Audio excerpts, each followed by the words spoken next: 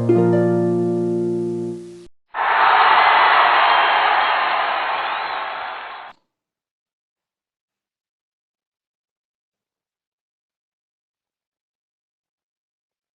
afternoon, students. Today we are going to discuss about the mathematics in physics. आज physics आपला खऱ्या अर्थानं syllabus सुरू होतोय.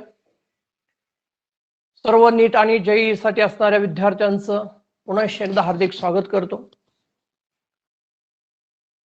फिजिक्सचा हा जो सब्जेक्ट आहे हा त्या तिन्ही मध्ये पीसीएम किंवा पीसीबी या तिन्ही मध्ये अत्यंत महत्त्वाचा असा सब्जेक्ट आहे. आणि फिजिक्सचा जो अभ्यास आहे हा अभ्यास करत असताना तुम्हाला फुल कॉन्सन्ट्रेशन सद्सद्विवेक बुद्धी जागृत ठेवून करणं गरजेचं आहे. कारण बऱ्याच वेळा फिजिक्स मध्ये आपण फसतो.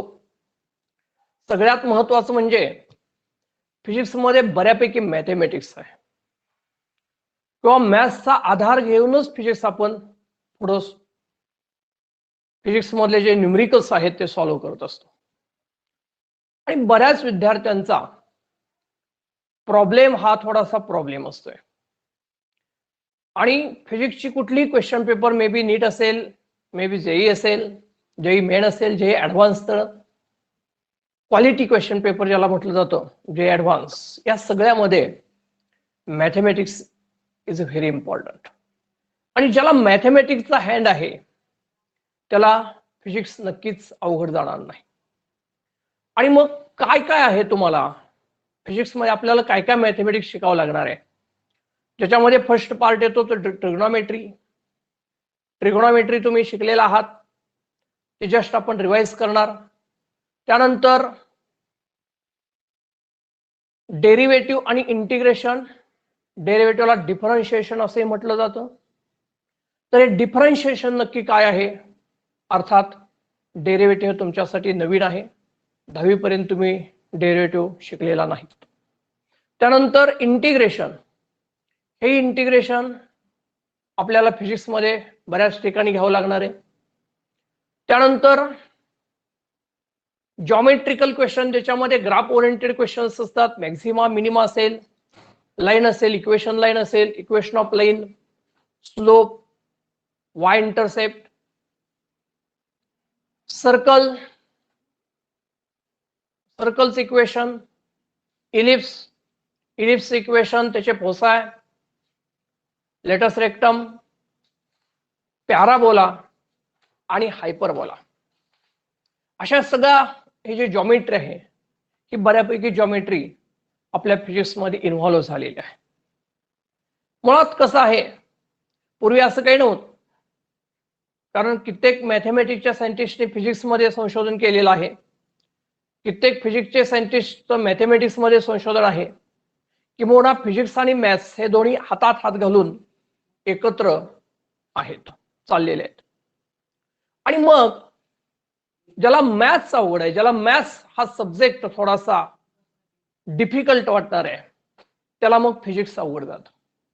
बऱ्याच वेळा विद्यार्थ्यांना मी बाहेर जेव्हा विचारतो, या सगळ्या 11वी 12वी मध्ये जे विद्यार्थी वेगवेगळ्या प्रकारचं शिक्षण घेत आहेत, त्यांना विचारले की तुम्हाला कुठला सब्जेक्ट जास्त अवघड वाटतोय, डिफिकल्ट वाटतो, तर त्याच्यामध्ये बऱ्याच विद्यार्थ्यांचं पहिलं नाव फिजिक्स असं असतं. आता फिजिक्सच्या शिक्षकांना असं म्हणून चालणार नाही की मी असं कधीच म्हणणार नाही, आज पहिला दिवस आहे म्हणून विद्यार्थ्यांचं मत तुम्हाला सांगितलं, काही विद्यार्थ्यांचं. पण जे माझे विद्यार्थी असतील किंवा तुम्ही जेव्हा 1 ते 2 महिन्यानंतर तुम्हाला जर विचारलं सगळ्यात सोपा सब्जेक्ट कुठला आहे, तर तुम्ही 1 नंबरला नाव घेणार फिजिक्स.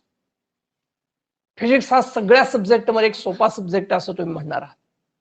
आणि हे कधी होणार आहे, तर त्याच्यासाठी तुम्हाला त्या विषयामध्ये इंटरेस्ट, गोडी निर्माण झाल्यानंतर, आणि हळूहळू ती नक्कीच निर्माण होईल याची मला आशा आहे. कारण मी सांगतो, मी जो ट्रॅक तुम्हाला देणार आहे, ज्या पद्धतीने, ज्या मेथडनं मी तुमच्यापर्यंत फिजिक्स घेऊन पोहोचवणार आहे. कारण फिजिक्स मध्ये कसं आहे, मी आता सांगितलं सो मेनी प्रॉब्लेम्स आहेत. न्यूमेरिकल्स एखादा प्रॉब्लेम सोडवायचा म्हटलं फिजिक्सचा प्रॉब्लेमला पहिलं म्हणजे तो वाचल्यानंतर अंडरस्टँडिंग झाला पाहिजे. प्रॉब्लेम अंडरस्टँडिंग झाला म्हणजे तो समजला तुम्हाला, त्याच्यामधला आयडिया काय दिले, काय विचारले, तुम्हाला त्यातला डाटा लिहिला पाहिजे. गिव्हन डाटा काय दिलेलं आहे त्याच्यामध्ये, त्या गिव्हन डाटाला धरून तुम्हाला फॉर्म्युला आठवला पाहिजे. बघा, पहिलं अंडरस्टँडिंग, त्यानंतर given data in the problem, next formula, next substitution, calculation, then result. आणि तो जो रिझल्ट आहे, जे 4 पर्याय तुम्हाला जे 4 ऑप्शन दिलेत त्याच्यामधला नेमका एक ऑप्शन आणि तुमचा रिझल्ट हा एक आला पाहिजे. तर प्रत्येक प्रॉब्लेम सोडवत असताना प्रॉब्लेम सॉल्व्हिंग मेथड मध्ये या सगळ्या गोष्टीचा अंतर्भाव होतो आणि या सगळ्या गोष्टी अत्यंत महत्वाच्या आहेत. कोणताही प्रॉब्लेम वाचल्याबरोबर तुम्हाला तो अगोदर समजला पाहिजे. आता फिजिक्स मध्ये जेवढा मोठा प्रॉब्लेम असेल तेवढा सोपा असतो आणि जेवढा छोटा कमी शब्दात असतो तो अवघड असतो. बघा, हे फिजिक्स मध्ये सगळं बऱ्याच वेळा मुलं तर्कशास्त्रानं गोल करून येतात आणि या सगळ्या एक्झाम जेई असेल, नीट असेल, याला निगेटिव्ह मार्किंग सिस्टीम आहे. एक तुमचा ऑप्शन बरोबर आला तुम्हाला, यू गेट 4 मार्क्स. पण जेव्हा तुमचं उत्तर चुकणार आहे तेव्हा तुमचा 1 मार्क मायनस होणार आहे, कमी होणार आहे. आणि मग उगीच तुम्ही राहिलेले सगळे प्रश्नांना गोल करून आला तर काही विद्यार्थी मग निगेटिव्ह मध्ये पण जाऊ शकतात. म्हणजे इथं आपल्याला तुम्ही येत नसलेला प्रश्न तर्कशास्त्रानं सोडवणं फारसं सुसंगत फिजिक्स मध्ये नाही. किंबहुना आपल्याला बऱ्याच वेळा जे वाटतं ते फिजिक्स मध्ये नसतं. मी आता काही उदाहरण तुम्हाला देईन. दिसतं तसं नसतं आणि म्हणून जग फसतं. फिजिक्स मध्ये तसंच आहे. प्रॉब्लेम दिसता तसा नसतो, जसा दिसतो तसा नसतो आणि म्हणून विद्यार्थी फसतो. आपण फसणार इथले नाही, आपण फसणार नाही, लक्षात घ्या. म्हणून मी म्हणतो प्रॉब्लेम सॉल्व्हिंग साठी या मेथड्स महत्वाचे. पहिल्यांदा तुम्ही प्रॉब्लेम वाचणार आहे, नीट क्लिअर अंडरस्टँडिंग समजून घेणार त्याच्यामध्ये काय विचारलेलं आहे, काय दिलेलं आहे. आणि एकदा ते लक्षात आलं की गिव्हन डाटा तुम्ही लिहिणार. काय दिलं हे लक्षात आलं की गिव्हन समजा एम दिले, जी दिले, त्याच्याशी रिलेटेड लगेच मग तुमच्याकडे फॉर्म्युला तुम्हाला आला पाहिजे. म्हणजे सूत्र जी सगळी आहेत ती सगळी पाठ पाहिजे. बघा, फिजिक्स कधी अवघड जातं तर मुलांचे फॉर्म्युले पाठ नसतात. सगळं येते पण फॉर्म्युलाच येत नाही. आता फॉर्म्युले लक्षात राहिले पाहिजे. फॉर्म्युले लक्षात ठेवण्याच्या अनेक वेगवेगळ्या निमॉनिक्स असतात, क्लुप्त्या असतात आणि ते निमॉनिक्स वापरून काही करून तुम्ही फॉर्म्युले लक्षात ठेवले पाहिजे. सूत्र जर आली तरच तुम्ही त्याच्यामध्ये पुढे जाऊ शकणार आहे. लक्षात द्या, असे कितीतरी फॉर्म्युले, समजा कॅपॅसिटरचा एक फॉर्म्युला आहे क्यू बरोबर सी, लक्षात राहत नाही, मग क्यू सीव्ही काय, क्यू सीव्ही आपण असं म्हणू शकतो, क्यू सीव्ही फॉर्म्युला लक्षात राहील. लक्षात येतंय?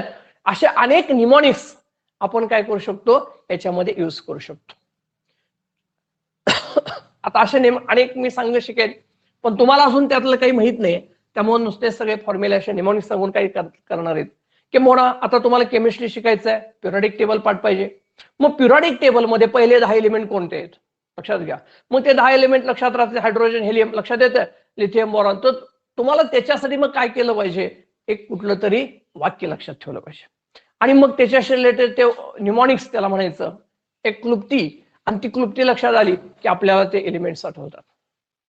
बघा, तुम्हाला आता वेळ मिळाला, केमिस्ट्री अजून सुरू नाही पण मी आत्ताच केमिस्ट्रीचा एक प्रोग्राम तुम्हाला सांगतो, शक्य तेवढा पिरियडिक टेबल पाठ करून टाका. कारण पिरियडिक टेबल पाठ केला की फार तुम्हाला फिजिक्स मध्ये पण फायदा होणार आहे, केमिस्ट्री मध्ये पण होणार आहे. म्हणजे कार्बन म्हटलं की कळलं पाहिजे बाबा त्याचा ॲटॉमिक नंबर काय, ॲटॉमिक मास नंबर काय, C12.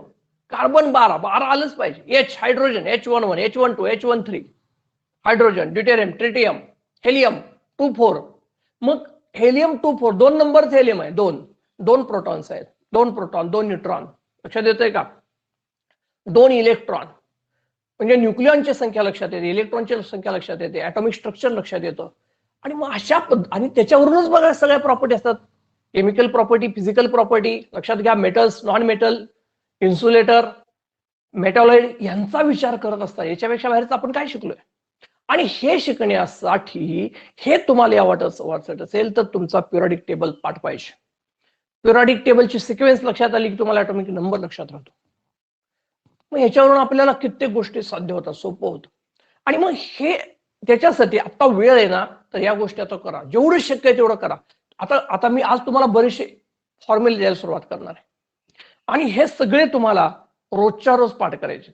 त्याच्यासाठी माझा एक उपक्रम असतो, मी वेगवेगळे उपक्रम राबवतो. त्यातला पहिला म्हणजे बघा, एक तुम्ही फॉर्म्युला बुक करायचंय. फॉर्म्युला बुक हे स्वतंत्र असणार आहे. तुम्ही जे काय रोज होणार आहे ते जे काही शिकवलं जाईल ते तुम्ही तुमच्या फिजिक्सच्या नोटबुक मध्ये लिहून ठेवणारच आहात. हे काम करत असताना परत तुम्ही काय करायचंय, त्या नोटबुक मधले सगळे फॉर्म्युले तुमच्या छोट्याशा फॉर्म्युला बुक मध्ये लिहून ठेवायचे. एक छोटस डायरी घालायची त्याच्यासाठी. जसं एखादा माणूस धार्मिक असतो आणि त्याच्याकडे एक हरिपाठ वगैरे छोट्या मंत्राची वही असते आणि रोज उठला की तो हरिपाठ म्हणत बसतो, तसा आपला रोजचा हरिपाठ आहे. आपण उठलो की आपलं फॉर्म्युला बुक काढायचं आणि सुरुवात करायची रोज. आणि रोज जेवढे फॉर्म्युले 1 होतील, 2 होतील, 3 होतील, 4 होतील, कदाचित 5 होतील, ते फॉर्म्युले त्याच्यामध्ये ऍड करत जायचं. फिजिक्स मध्ये तुम्हाला थिअरीसाठी जवळजवळ 15-20 वह्या लागतील. आता मी सहज म्हणतोय, तुमच्या लक्षात येईल प्रॉब्लेम सोडवत असताना कशा पद्धतीनं हे होणार आहे. कारण हे प्रॉब्लेम सोडवताना आणखी एक माझा दुसरा उपक्रम असतोय, रोज किमान 15 प्रॉब्लेम तरी तुम्ही सोडवले पाहिजेत. 15 MCQ तर फिजिक्सचे रोज तुम्ही सोडवले पाहिजेत, कमीत कमी बरं का. पण जास्तीत जास्त आता आमचे 12वीचे विद्यार्थी रोज 20 ते 25 रोज MCQ सोडवत आहेत. रोज 25 न्यूमेरिकल्स, रोज 25 प्रॉब्लेम ते सोडवत आहेत. लक्षात घ्या. तर तुमचा हा जो सिलेबस आहे तो वास्ट सिलेबस असला तरी छानपैकी पूर्ण होईल आणि त्याचा एक कॉन्फिडन्स तुम्हाला येतो. सब्जेक्टचा कॉन्फिडन्स फार महत्वाचा आहे. आपल्या विषयाचा आपल्याला कॉन्फिडन्स आला पाहिजे, तो सब्जेक्ट आपल्याला सोपा वाटला पाहिजे. फिजिक्स मध्ये तुम्हाला नीटमध्ये सर्वसाधारण 130-141 मार्क्स सहज पडली पाहिजे. आणि त्याच्यासाठी जी क्वेश्चन पेपर आहे, ती क्वेश्चन पेपर कशी आहे, जेईची असेल, नीटची असेल, क्वेश्चन पेपर मध्ये फार थोडे प्रश्न असतात की जे हार्ड असतात, जे डिफिकल्ट असतील, जे तुम्हाला क्रिटिकल थिंकिंग लेवलला घेऊन जातील. असे फार थोडे आहेत की ज्याच्यामध्ये 2, 3, 4 चॅप्टर एकत्र करून काही प्रश्न तयार केलेले असतात. 2 चॅप्टर 3 चॅप्टर एकत्र एकाच प्रश्नात असतात. असे काही प्रश्न असतात, ते समजा त्या लेवलला तुम्ही गेला तर ते सुटतील. काही 10-20 क्वेश्चन तुम्ही बघितलं तर फार सोपे असतील, वाचल्याबरोबर उत्तर देता येतात. आणि मीडियम क्वालिटीचे जे प्रश्न असतात तेच जास्त असतात. पण तुम्ही सोडवत असताना, तुम्ही अभ्यास करत असताना फार सोपं वाचत बसला तर त्याचाही काय उपयोग नाही. फार हार्ड क्वेश्चन जास्त करत बसला, क्रिटिकल थिंकिंगचे क्वेश्चन करत बसला, त्याचाही काय उपयोग नाही. तुम्हाला मिडल क्वेश्चन, मीडियम लेवलचे जे क्वेश्चन आहेत ते जास्तीत जास्त करणं गरजेचं आहे. आणि कुठल्याही चॅप्टर मधला कुठलाही चॅप्टर तुम्हाला सोडून चालणार नाही. हा चॅप्टर तुम्ही केला, तो चॅप्टर सोडूया, तो जरा अवघड आहे असं होणार नाही. लक्षात ठेवा, सगळे चॅप्टर तुम्हाला केले पाहिजेत. कारण कोणत्या चॅप्टर मधला सोपा प्रश्न येईल, कोणत्या चॅप्टर मधला अवघड असेल, ही प्रश्न पत्रिका काढणाऱ्याची जे काय क्वेश्चन पेपर सेटरची मानसिकता असणार आहे.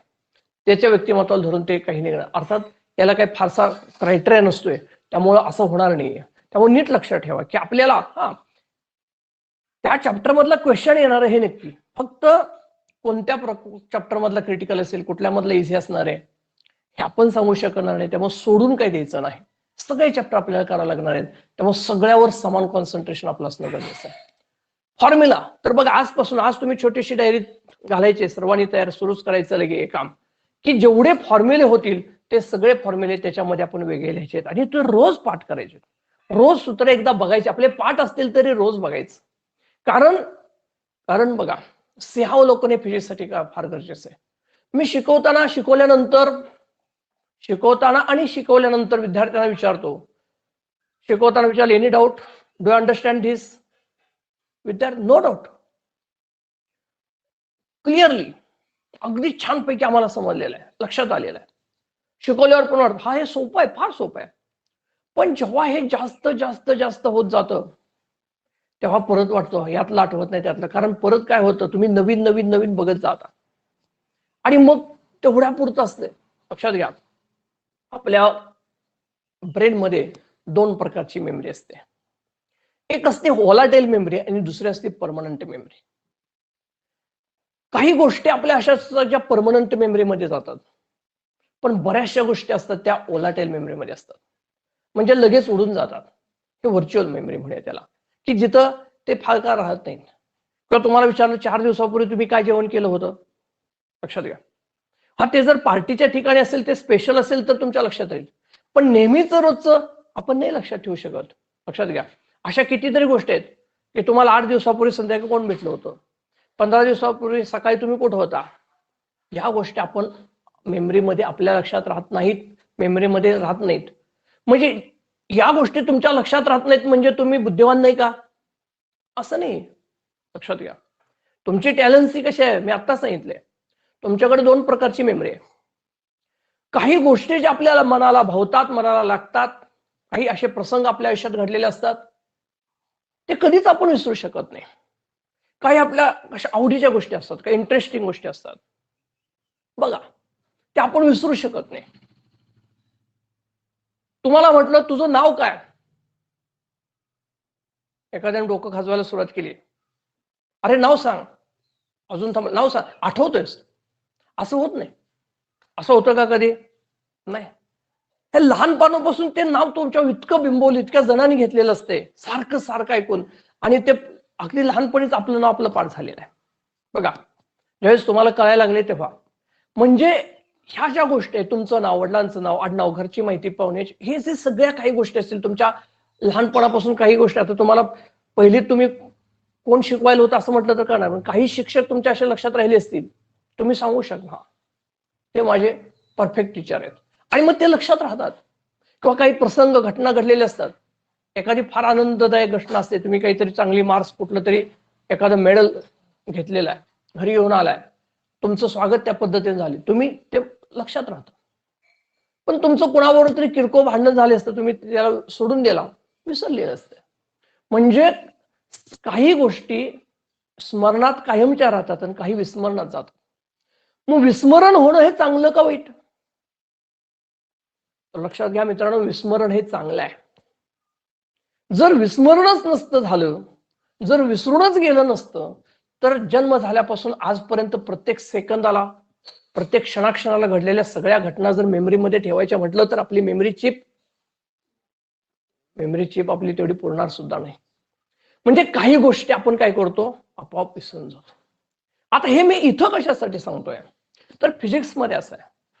फिजिक्समध्ये कसं काय, एकच गोष्ट सगळ्यात महत्वाची, ती म्हणजे सिंहावलोकन. सिंहावलोकन, सिंह काय हो, जंगलचा राजा आहे, जंगलचा राजा आहे. जंगलात त्याला खाणारं कोणी आहे का, नाही. पण त्याचं एक बिहेवियर कसं असतं माहितीये, सिंहावलोकन हा शब्द कशावरून आला मराठीमध्ये, 2 पावलं पुढे गेला की मागे वळून बघतो, पुन्हा 4 पावलं पुढे गेला की मागे वळून बघतो. त्याला मागं कुणी आहे का नाही त्याची भीती बाळगायची गरज नसून तो मागं बघतोय, आणि त्याला ती सवय आहे. लक्षात घ्या, तसं प्रत्येक 4 दिवसातून, प्रत्येक 8 दिवसातून आपण पुन्हा मागं पाठीमागून हे वाचलं पाहिजे, पुन्हा हे काय केलं पाहिजे, चरवण केलं पाहिजे. हे चरवण महत्वाचं आहे. गाय बैल जेव्हा गवत खातात, बरोबर बरोबर खाऊन घेतात, पण पुन्हा निवांत बसल्यानंतर त्याचं रवंत करतात, आणि हे रवंत पचण्यासाठी फार महत्वाचं आहे. तसं आता क्लासमध्ये तुम्ही शिकला, हे पटपट भरभर असं खाऊन घेतलेलं आहे, परत निवांत हेच लेक्चर तुम्ही रेकॉर्डिंग लेक्चर बघायचं आहे, पुन्हा तो प्रॉब्लेम व्यवस्थित लिहून काढायचा आहे, अरे ह्या प्रॉब्लेम मध्ये ही स्टेप कशी आली होती ती नीट समजून घ्यायची आहे, पुन्हा पुन्हा ते बघायचं आहे, पुन्हा पुन्हा ते वाचायचं आहे, आणि मग असं जेव्हा पुन्हा पुन्हा पुन्हा पुन्हा पुन्हा पुन्हा ह्या गोष्टी घडत जातात तेव्हा त्या आपल्या परमनंट मेमरीमध्ये जातात. आणि कुठलाही फॉर्म्युला, अगदी सकाळी उठल्याबरोबर एखाद्याला विचारलं, सांग फोर्सचा फॉर्म्युला काय, सांग स्टोक्स लॉ काय आहे, सांग न्यूटन्स लॉ काय आहे, पटपट पटपट विद्यार्थी असं बोलू शकतो. कधीही विचारा, झोपेतनं उठून विचारलं तरी तो सांगणार आहे, पण त्याच्यासाठी ती गोष्ट त्याच्या परमनंट मेमरीमध्ये गेली असते. आणि परमनंट मेमरीमध्ये जाण्यासाठी आपल्याला त्याची आवड लागली पाहिजे, आपल्याला त्याची आवड निर्माण झाली पाहिजे, त्याच्यामध्ये आपल्याला इंटरेस्ट निर्माण झाला पाहिजे. अरे हे फार छान आहे, हे फार चांगलं आहे, याच्यात मला काहीतरी करायचं आहे, याच्यात मी करिअर करू शकतो. लक्षात घ्या, असेही होऊ शकतो तुमच्या आयुष्यामध्ये. तुम्ही त्याच्यामध्ये तुमचं लाईफ तुमचं बदलू शकतं. आणि जी गोष्ट आपल्याला आवडते त्यातच आपण करिअर केलं पाहिजे, हे आयुष्यभर लक्षात ठेवा. उगी दुसरे करतात म्हणून आपण करतो त्याला काही अर्थ नसतो, कारण आयुष्यभर आपल्या मनाला त्याची रुकरुक कुंकून राहून राहते. जर तुम्हाला आवडत असेल तर तुम्ही करा. मला शिक्षक व्हायला आवडलं, मी झालो. लक्षात घ्या, तुम्हाला जे आवडतं त्याच्यात तुम्ही जा. तुमचे पालक म्हणतायत म्हणून नव्हे. बऱ्याच वेळा कसं असतं, पालक सगळं आणून देतात आणि काही विद्यार्थ्याला मार्क्स पडत नाही. एवढं सगळं करतोय तुला मार्क पडत नाही, किती बाकीच्या विद्यार्थी एवढी मार्क पडतात, तुला एवढी पडतायत, तू का करतोय? मग त्याचं एक ओझं, त्याचं एक टेन्शन विद्यार्थ्याच्या मनावर राहतं आणि मग तो विद्यार्थी त्याचा मानसिकरित्या तो ढासवतो. आणि एकदा तुमचा कॉन्फिडन्स कमी झाला तर हे फार मग तुमच्या अधोगतीचं लक्षण आहे. आपल्याकडे फार मोठा कॉन्फिडन्स, फिजिक्ससाठी तर कॉन्फिडन्स फार गरजेचा आहे. चला आपण पुढे जाऊया. मी काय सांगत होतो, फॉर्म्युला. आणि फॉर्म्युलासाठी तुमच्याकडे बुक डायरी तयार करायची, त्याच्यामध्ये रोज होतील ते फॉर्म्युले परत वेगळे बाजूला लिहायचे आणि ते त्याच्यामध्ये पाठ करायचे रोजच्या रोज. पुढे गेला, सबस्टिट्यूशन केलं, जे दिलंय तो गिव्हन डाटा त्या फॉर्म्युलेमध्ये तुम्ही भरला. आणि सबस्टिट्यूशन केल्यानंतर लक्षात घ्या, तुम्हाला सगळ्यात महत्वाचं काम करायचंय ते म्हणजे कॅल्क्युलेशन. आता कॅल्क्युलेशन करत असताना आता बऱ्याच वेळेला फिजिक्समध्ये आता कॅल्क्युलेशन असं आलं, 3.142 into 6.63 into 10⁻³ divided by 9.8 into 1.2 square. पटकन ह्याचं उत्तर तुम्हाला द्यायचं. प्रॉब्लेम तुम्हाला किती वेळा सोडवायचा आहे? 50 सेकंदामध्ये. लक्षात घ्या, तुम्हाला सगळं येते, पण बरेच विद्यार्थी क्वेश्चन पेपर सर येत होतं पण लिहूनच झालं नाही, वाचूनच झालं नाही, आम्हाला तेवढं सोडवण्यासाठी वेळच मिळाला नाही. आता इथं तुम्हाला तुमचं घड्याळ शेजारी असणं गरजेचं आहे. टाइम हा फॅक्टर इथं फार महत्वाचा आहे. तुम्ही प्रॉब्लेमचा सराव तर करणार आहे, पण प्रॉब्लेमचं प्रॅक्टिस करताना तुमच्या शेजारी घड्याळ असणं फार गरजेचं आहे. तुम्हाला हा प्रॉब्लेम 50 सेकंदात पूर्ण करायचा, या सगळ्या बाबी तुम्हाला 50 सेकंदात पूर्ण करायचे. 50 सेकंद तुम्ही जर प्रॉब्लेम वाचवण्यासाठी घालवले, प्रॉब्लेम वाचण्यासाठी जर तुम्ही 50 सेकंद घालवले तर हे कधी करणार? प्रॉब्लेम वाचलाय, तो तुम्हाला अंडरस्टँडिंग, त्याचा कॉन्सेप्ट क्लिअर झालाय, डाटा लिहिला, फॉर्म्युला लिहिला, सबस्टिट्यूशन लिहिलं, कॅल्क्युलेशन हा भाग आहे. आता अशी हे छोटा आहे कॅल्क्युलेशन, याच्यापेक्षा किती मोठी कॅल्क्युलेशन तुम्हाला करायची आहे. सर हे कॅल्क्युलेशन कसं होणार, आम्हाला कॅल्क्युलेटर द्या. नो, तुम्हाला कॅल्क्युलेटर दिला जाणार आहे का? नाही. लॉग टेबल एक लॉग आहे, तुम्हाला आता शिकवेन मी पुढं, त्याच्या साहाय्याने हे कॅल्क्युलेशन करता येतं, पण ते तुम्ही बोर्डाला करू शकता. बोर्ड क्वेश्चन पेपर मध्ये लॉग टेबलच्या साहाय्याने अशी कॅल्क्युलेशन तुम्ही कराल, तिथं उत्तर तुम्ही त्या पद्धतीने देऊ शकताय. पण नीट आणि जेईची एक्झाम करताना, सीईटीची एक्झाम सोडवताना तुम्हाला no calculator, no log table, तुम्हाला तोंडी करायचं आहे. आणि मग हे तोंडी, हे काय बेरीज वजाबाकी आपल्याला सोपे असते, गुणाकार भागाकार आली की आपण जरा थांबतो. याच्यासाठी मग काल सांगितलं तसं आपल्याला टेबल पाठ पाहिजे, पाढे पाठ पाहिजे. मी तर सांगेन आज सगळं सर्वांनी घरी गेल्यानंतर कुणीही विचारलं तर सांगा, सरांनी काय शिकवलं, एकच महत्वाचं उत्तर देऊन टाका, पाढे पाठ करायला सांगितले. खरं तर हे ऐकणारा फार नक्की काय शिकवते तुम्हाला? 11वी चालले, नीट जेई शिकवत आहेत, नीट जेई आणि हे काय? लक्षात घ्या, कळणारालाच ते कळणार आहे, न कळणाराला त्यातलं काय कळणार आहे? कारण त्याच्यात काय आहे हे ज्याला माहित आहे, जो त्याच्यातून पुढे गेलाय. मी काल सांगितलं, जो स्पर्धात्मक परीक्षा ज्यानं चांगल्या पद्धतीने दिले असतील, स्कॉलरशिपच्या असतील, NMMS असतील, NTS असतील, ज्या काय एक्झाम्स असतील तुमच्या, त्या ज्यानं चांगल्या दिलेल्या तोच इकडं नीटला आणि जेईला सिलेक्ट होणार आहे. आणि मग त्याच्यासाठी तुमची टॅलेन्सी, तुमची कॅल्क्युलेटिंग पॉवर ही प्रचंड असणं गरजेचं आहे. लक्षात घ्या, तुम्हाला हे पाढेपाठ असलेच पाहिजेत, 100% असले पाहिजेत. मी तर म्हणेन पहिलं काम करा. तुम्ही म्हणा आम्ही 4वी 5वी 6वी पर्यंत आम्हाला येत होतो, परत आम्हाला कोणी विचारलेच नाही, आम्ही विसरून गेलो. खरं तर त्याच्यावर तुम्ही कॅल्क्युलेशन केलेत बऱ्याच वेळा, माहिती आहे तुम्हाला. पण परत आपण काय करतो, 10-20 पर्यंत करतो, तिथून पुढचे तर आपले 29चा कोणाला सांगितलं तर कोणाला जमणार नाही. हे फार मी सांगतोय त्याच्यावर जर विश्वास ठेवला आणि त्या पद्धतीने गेला तर यश हे तुमचं आहे, लक्षात घ्या, तुमचं आहे. कारण मी काल सांगितले, whatever may be the मीडियमला महत्व नाही. तुम्ही मराठीमधून शिकलाय, इंग्लिशमधून शिकताय, महत्व मीडियमला नाही. साध्य टार्गेट काय हे महत्वाचं आहे. तुमची विचार प्रणाली कशी आहे हे महत्वाचं आहे. तुमचं बिहेवियर कसं आहे, स्टुडंटचं बिहेवियर फार महत्वाचं आहे. तर या गोष्टी क्लिअर करायच्या असतील तर तुम्हाला परत एकदा सांगतो, आज सर्वांनी पाढेपाठ करायला सुरुवात करा. 30 पर्यंत पाठ पाहिजेत तुमचे, 20 पर्यंत वर्ग पाठ पाहिजेत आणि 10 पर्यंत तुमचे घनपाठ पाहिजेत. वर्गमूळ, घनमूळ, क्यूब रूट, स्क्वेअर रूट तुमचे पाठ पाहिजेत. एवढे पाढे करा, तुम्ही पटकन कुठलाही प्रॉब्लेम सोडू शकता. आणि त्याच्यामध्ये काही ट्रिक्स पण वापरायला लागतात. समजा हा प्रॉब्लेम आहे, याच्यामध्ये 3 पॉईंट. आता अर्थात एक लक्षात घ्या, हा प्रॉब्लेम कशासाठी सोडवायचा आहे तर तुम्हाला 4 पर्याय दिलेले आहेत आणि त्यातला कोणता पर्याय बरोबर आहे ते शोधायचं आहे. बरोबर आहे, उत्तर तर तुमच्या समोर आहे. आता याचं उत्तर तुम्हाला करेक्ट त्या 4 डेसिमल पॉईंट, 5 डेसिमल पॉईंट पर्यंत आणलं पाहिजे अशातला भाग नाही. मग तुम्ही काय करू शकता, हे 3 आहे, हे 6.6 म्हणजे 7 आहे, 7 गुणिले 3 21, 9.8 म्हणजे 10 आणि 12चा वर्ग 1.44. लक्षात येतंय? म्हणजे इथं तुम्ही पटकन काय करू शकता, उत्तराकडे जाऊ शकता. लक्षात येतंय? इथंही तुम्ही 10 गुणिले इथं 14.4 करू शकता आणि इथं 10 किती राहिले, 10⁻34. बघा, आणि मग तुम्हाला इथं 1 पॉईंट समथिंग इंटू 10 हा, मग यातलंच उत्तर तेवढं 1 पॉईंट आहे, बाकी सगळे 2.3.4 पॉईंट आहेत. चला पटकन तुम्ही त्याला गोल करू शकता.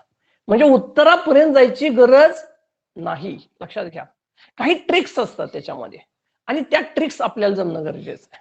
लक्षात येतंय का? बघा, आणि या ट्रिक्स जमण्यासाठी म्हणजे कसं, फिजिक्सचं अंडरस्टँडिंग केलं, खरं जर त्याला फिजिक्स जास्त समजलं ना, तो फार पटपट प्रॉब्लेम सोडून 50 म्हणजे तुम्हाला 50 मिनिटांमध्ये क्वेश्चन पेपर सोडवणारा एखादा विद्यार्थी 40 मिनिटांमध्ये सोडवून ओके करून देतो.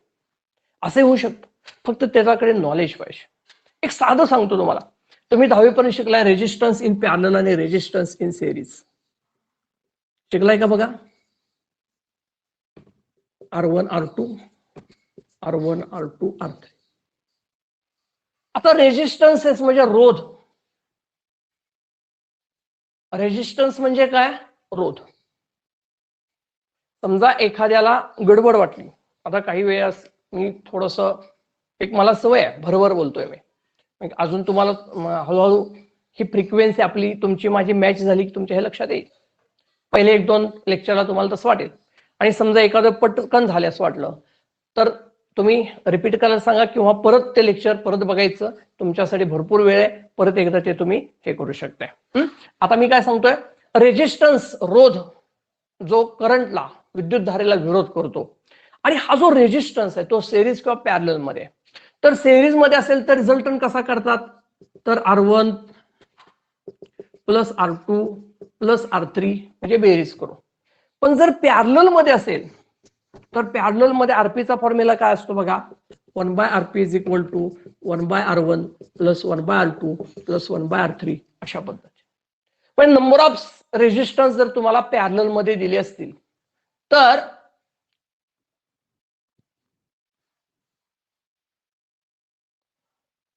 तुम्हाला जर नंबर ऑफ रेजिस्टन्सेस पॅरलल मध्ये दे, त्याचा रिझल्टंट रेजिस्टन्स काढायचा.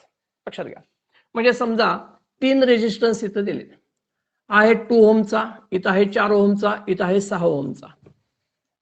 आता याचा पॅरलल आरपी कसा असणार आहे बघा, त्याचा फॉर्म्युला मी सांगतोय तुम्हाला, 1/RP is equal to 1/2 plus 1/4 plus 1/6.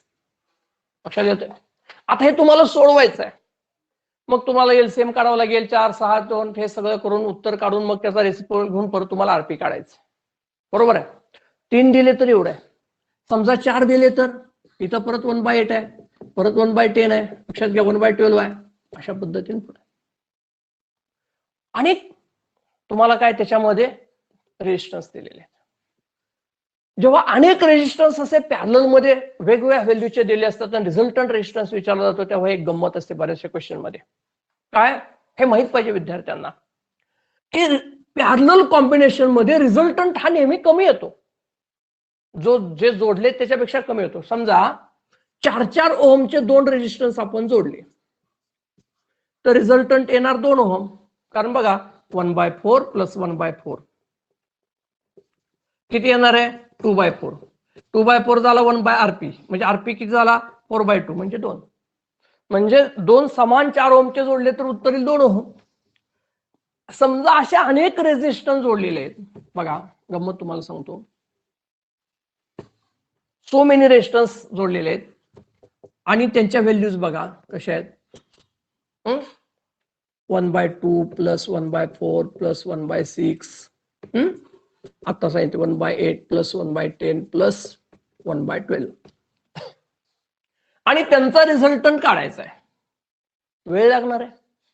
हे कॅल्क्युलेशन करायला तुम्हाला निश्चित वेळ लागणार आहे. बरोबर आहे.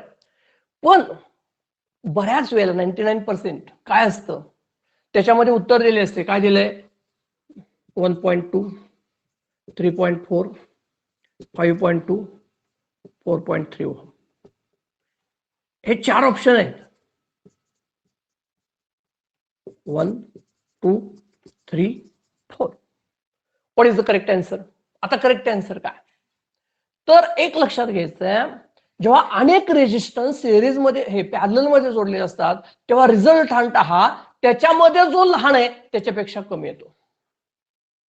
रिझल्टंट हा त्याच्यामध्ये जो लहान आहे त्याच्यापेक्षा कमी येतो. मग त्याच्यात सर्वात लहान कोण आहे 2 आहे. 2 पेक्षा कमी उत्तर एकच आहे आणि ते कुठलं आहे 1.2 आहे. चालू उत्तर. लक्षात घ्या याला ट्रिक्स लक्षात येते. तर अशा अनेक ट्रिक्स आपल्याला अंडरस्टँडिंग झाल्यानंतर मिळणार आहेत.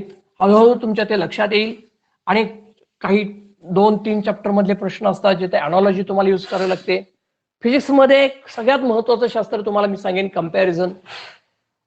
कंपेअर करता आलं पाहिजे. एकाची दुसऱ्यावर तुलना करता आली पाहिजे.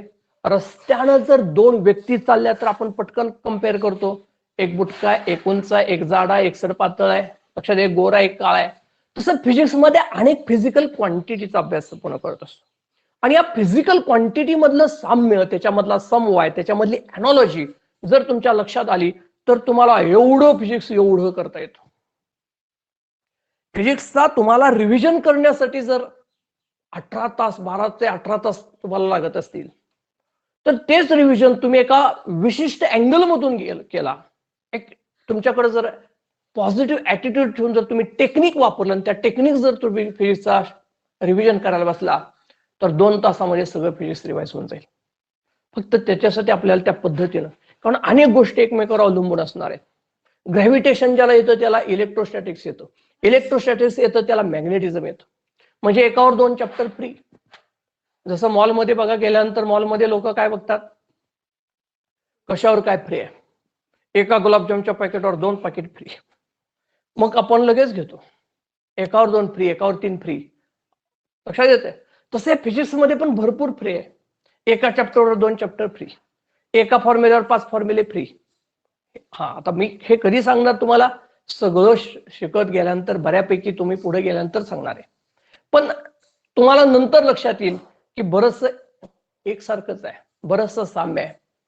बरेच ठिकाणी अगदी 100% तुम्हाला ते चॅप्टर नुसते त्याचे फॉर्म्युले एकातले फॉर्म्युले सांगितले दुसऱ्यातले तुम्ही सांगू शकाल. सांगायची तर गरज नाही. पण त्याच्यामध्ये नेमकं काय करायचं आहे. जसं ग्रॅव्हिटेशन मध्ये 2 मासचा अभ्यास करतो इलेक्ट्रोस्टॅटिक्स मध्ये 4चा अभ्यास करतो. न्यूटन्स लॉ ऑफ ग्रॅव्हिटेशन तुम्ही शिकलाय. मास मधला अट्रॅक्टिव्ह फोर्स आहे. तसं कुलम लॉ मध्ये काय चार्ज मधला फोर्स आहे. मास काढा आणि चार्ज टाका कुठलाही फॉर्म्युला तयार होतो. फोर्स असेल इंटेन्सिटी असेल पोटेन्शियल असेल एनर्जी असेल कायनेटिक एनर्जी असेल पोटेन्शियल एनर्जी असेल टोटल एनर्जी असेल बाइंडिंग एनर्जी असेल कुठलाही मोमेंटम काही असू दे सगळे फॉर्म्युले तुम्ही तयार करू शकता. Just you have to compare. फक्त तुम्हाला त्याचं कम्पेअर त्याच्यातली अॅनालॉजी आली पाहिजे. आणि हे लक्षात आलं तेव्हा फिजिक्सचं सोपं जातं. आणि ती आयडिया तो दृष्टिकोन तुम्हाला तो ऍटिट्यूड तुमच्यामध्ये निर्माण करणं हे आमचं काम आहे. तर कुठलाही प्रॉब्लेम सोडवत असताना अशा पद्धतीने आपल्याला जावं लागणार आहे. प्लस मी आता सांगितलं तसं रोज किमान 10 तरी MCQ रोज किमान 15 तरी MCQ आपण सोडवलेच पाहिजेत. या पद्धतीनं आपला स्टडी असला पाहिजे. निश्चितपणे तुम्ही पुढे जाणार आहे. आणखी एक गोष्ट मगाशी मी जाता जाता बोललोय फिजिक्स मध्ये बऱ्याच वेळा दिसतं तसं नसतं. आपण काय करतो न सोडवता वर हा हे असं असेल आणि मग असं असणार आहे आणि मग हे उत्तर असणार आहे. आणि मग आपण जे तर्कशास्त्रानं आपलं उत्तर असतं ना ते 200% आपलं चुकलेलं असतं. ते उत्तर आपलं का चुकतं? कारण बऱ्याच वेळा सांगतो मग दिसतं तसं नसतं. अनेक थेअरी आहेत. बरं त्यात आपणच फसतोय असं नाही. कित्येक शास्त्रज्ञ सुद्धा सुरुवातीला फसलेले आहेत. लक्षात घ्या, जे डोळ्यांना दिसलं त्याच्यापेक्षा जे प्रत्यक्ष आहे ते वेगळं असू शकतं. ते वेगळं असू शकतं. फॉर एक्झाम्पल, माझ्याकडे एक बॉल आहे. इथं माझ्याकडे एक बॉल आहे आणि माझ्याकडे एक रुमाल आहे. दिसतोय तुम्हाला सगळ्यांना? बॉल दिसतोय, रुमाल दिसतोय. बॉलचं वेट कसं आहे? जास्त आहे. रुमालचं वेट कसं आहे? कमी आहे. आणि हे दोन्ही मी इथून एका उंचीवरून अशी खाली टाकणार आहे. इथून बरोबर अशी खाली सोडणार आहे. सोडली, गेले खाली. तुम्हाला खाली कोण आधी पोचलं दिसलेलं नाही, पण तुम्ही सांगणार कोण आधी पोचलं खाली? बघा, पटकन उत्तर आलेले. सांगोलकडनं उत्तर दिले. अजून कोण देते बघूया. चला, वा वा वा, बऱ्याच जण उत्तर दिलं. बॉल. छान. So many students give the response for the answer. Ball खाली पोचला. बॉल अगोदर खाली पोचला आणि हे जे काय क्लोथ होतं, कापड होतं, रुमाल होता, हे उशिरा खाली गेलं. याचा अर्थ तो खाली गेलेला म्हणजे त्याला खाली कोणतरी ओढलेला आहे. कोणी? Gravitation due to gravity. आता हा जो ग्रॅव्हिटेशनल फोर्स आहे त्याच्यामुळे जे ऍक्सिलरेशन आहे, ज्याला आपण ऍक्सिलरेशन ड्यू टू ग्रॅव्हिटी असं म्हणतो, हे acceleration due to the gravity ball आणि उलन फर काय असेल ते क्लोथ दोघांवर सेम आहे का वेगळं आहे? वेगळं आहे. कुणावर जास्त आहे? ग्रॅव्हिटेशनल फोर्स जो आहे, ग्रॅव्हिटेशनल ऍक्सिलरेशन जे आहे ते कुणावर जास्त आहे? बॉलवर जास्त आहे. सगळ्यांनी उत्तर दिलं बॉलवर जास्त आहे. म्हणून बॉल अगोदर खाली पडला. बरोबर आहे. रुमाल नंतर पडला. बरोबर आहे. छान. सगळ्यांनी उत्तर दिलं, पण सगळ्यांचं उत्तर चुकलं. तुम्हाला कसं काय चुकलं? अरे, acceleration due to gravity g is it depends upon the mass of the body.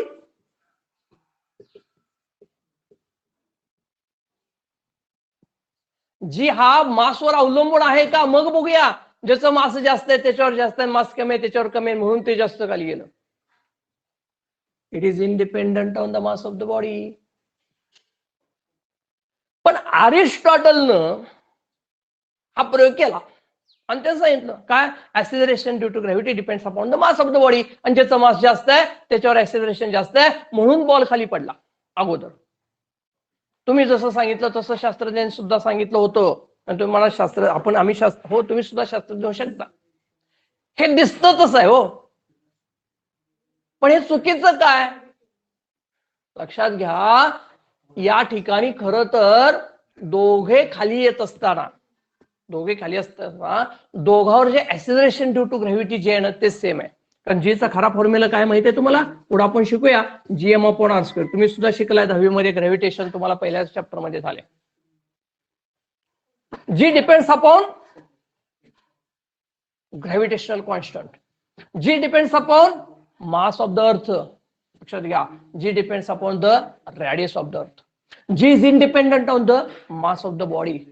Whatever may be the mass of body, acceleration due to gravity is the same for each and every body. पृथ्वीचं गुरुत्व त्वरण कुणावर असं भेदभाव करत नाही, दुजाभाव करत नाही. कुठला each and every body is attracted toward the center of earth with the same force. लक्षात घ्या, हे सेम आहे. हे तर कळलं पाहिजे आपल्याला. हे फार महत्वाचं आहे. आणि ही गोष्ट बऱ्याच फिजिक्स मध्ये कळत नाही. आता ह्याचं जर उत्तर सांगायचं म्हटलं, लक्षात घ्या, त्याचा एक व्हिडिओ आहे, मी तुम्हाला नंतर पाठवेन. आता आपल्या ग्रुपवर ह्याचा एक व्हिडिओ पाठवतो. गॅलिलिओ नावाच्या शास्त्रज्ञानं अनेक वेगवेगळ्या बॉडीज मोठमोठ्या पर्वतावरून, डोंगरावरून, पिसाच्या मनोऱ्यावरून सुद्धा खाली सोडल्या आणि बघितलं कुठली वस्तू खाली पडते. आणि मग त्याच्यामध्ये त्यानं त्याचं हे दिलं की ऍक्सिलरेशन ड्यू टू ग्रॅव्हिटी याच्यावर अवलंबूनच नाही. मग रुमाल का उशिरा गेला? तर त्याच्यावर हे मीडियम जे एअर मीडियम आहे, एअर मीडियम मधून तो घासत खाली चाललेला आहे आणि त्याच्यावर opposite viscous force, buoyancy force त्याच्यावर आहे. आणि हा जो फोर्स आहे एअर मिडियमचा, त्याच्यामुळं ह्या फ्रिक्शन फोर्समुळं तो कसा झालेला आहे, तो हळू गेलेला आहे.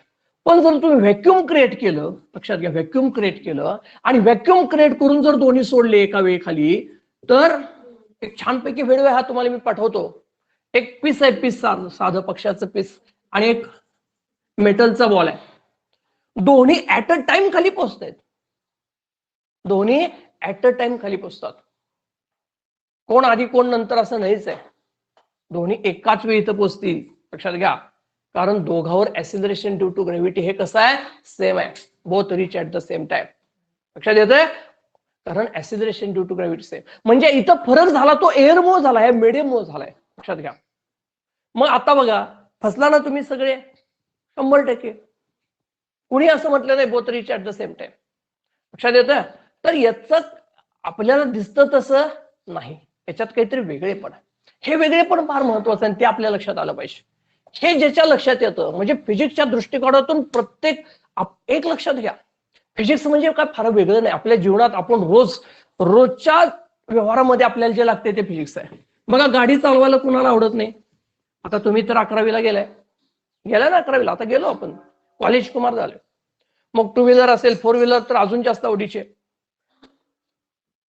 तुम्ही गाडीमध्ये बसलाय, गाडी चालवायची तुम्हाला, पण हे लक्षात घ्या, ही गाडी जात असताना हे तुम्हाला कळलं पाहिजे. तुम्ही गाडी स्टार्ट केली, गाडी पुढे चालली, किती याच्यामध्ये फिजिक्स आहे. डिस्प्लेसमेंट आहे, व्हेलॉसिटी आहे, ऍक्सिलरेशन आहे, फोर्स आहे, मोमेंटम आहे, वर्क आहे, एनर्जी आहे, पॉवर आहे, कायनेटिक एनर्जी आहे, पोटेन्शियल एनर्जी आहे, टोटल एनर्जी आहे, मेकॅनिक. अरे साधं उदाहरण आहे, साधं उदाहरण आहे. लक्षात येतं, याच्यामध्ये अनेक गोष्टींचा समावेश आहे. आणि त्यातली आवड आपल्याला निर्माण झाली की सवड निर्माण होते, सवड लक्षात आली की मग हे सगळं कळतं. आणि एक मोशन आली, ही रेक्टिलिनियर मोशन आहे, सरळ. लिनियर मोशन आली, कर्व्हिलिनियर मोशन येते. कर्व्हिलिनियर मोशन आली तर तुम्हाला सिंपल हार्मोनिक मोशन येते. सिंपल हार्मोनिक मोशन म्हणजे ऑसिलेटरी मोशन येते. रोटेशनल मोशन येते. रोटेशनल मोशन आली तर तुम्हाला वेव्ह मोशन सुद्धा येते. म्हणजे एक मोशन आली, जगातल्या सगळ्या मोशन तुम्हाला येणार आहे. हे फिजिक्स आहे, हे तुम्हाला आलं पाहिजे, हे महत्वाचं आहे. आणि त्याच्या खोलात, त्याच्या बेसिक मध्ये तुम्हाला जाता आलं पाहिजे. लक्षात घ्या, हे करत असताना आपण कोणत्या अँगलनं त्याच्याकडे बघतोय, हा अँगल फार महत्वाचा आहे. कुठलाही फिजिक्सचा प्रॉब्लेम सोडवत असताना तो फिजिक्सच्या अँगल मधून त्याकडे पाहणं गरजेचं आहे. फिजिक्सच्या अँगल करून लक्षात घ्या, कारण प्रत्येक गोष्ट ही वेगळी आहे. प्रत्येकाचा विचार प्रक्रिया वेगळी असते. समजा एक ग्लास आहे, त्याच्यामध्ये अर्ध पाणी भरलेलं आहे आणि सांगितलं वर्णन करा. का, जसं अर्जुनाला द्रोणाचार्याने विचारलं, एक झाड आहे त्याच्यावर त्यांनी पोपट ठेवलेलं आहे आणि प्रत्येकाला विचारलं, 105 जणांना विचारलं, काय दिसतंय. कोणाला झाड दिसते, कोणाला घर दिसते, कोणाला डोंगर दिसते, कोणाला पाणी दिसते, प्रत्येकाचं उत्तर वेगळं आहे. पण एक उत्तर जे आलं, झाडावर बसलेल्या पोपटाचा डोळा दिसतोय, हे ज्याचं उत्तर आलं तो धनुर्धारी झाला. धनुर्धर का लक्ष्य अपने लक्ष्य पर चाहिए. आपलं लक्ष, आपल्याला कोणत्या कारणासाठी, कशाला धरून हा प्रश्न विचारलाय, त्याला धरूनच आपली विचार प्रणाली पाहिजे. फिजिक्सचा विद्यार्थी हा फिजिक्स मधूनच विचार करणारा पाहिजे. प्रश्न कुठला विचार, आपण उत्तर काय, साधा प्रश्न आहे. भांड्यामध्ये एक ग्लास आहे, त्याच्यामध्ये पाणी घेतलेले वर्णन करा. एक जण काय म्हणतो, ग्लास निम्मा भरलेला आहे. दुसरा काय म्हणतो, ग्लास निम्मा रिकामा आहे. उत्तर चुकीचे आहेत का, नाहीत. दोन्ही उत्तर कसे आहेत, बरोबर आहेत. कुठलं उत्तर बरोबर आहे यातलं, दोन्ही बरोबर आहेत. पण आपण काय म्हणतो, याच्यावर माणसाची मानसिकता सांगतो. काय मानसिकता सांगतो, तर जो निम्मा भरलेला आहे म्हणतो ना, त्याच्याकडे जे स्वतःकडे आहे ना, त्याला तो महत्व देतो. जो निम्मा रिकामा आहे म्हणतो ना, त्याला नेहमी काहीतरी कमी आहे, त्याच्याकडे जास्त लक्ष आहे. लक्षात घ्या, एखादा पांढरा शुभ्र कागद आहे आणि त्याच्यावर एकच काळा टिपका आहे. काय येतं, ब्लॅक स्पॉट.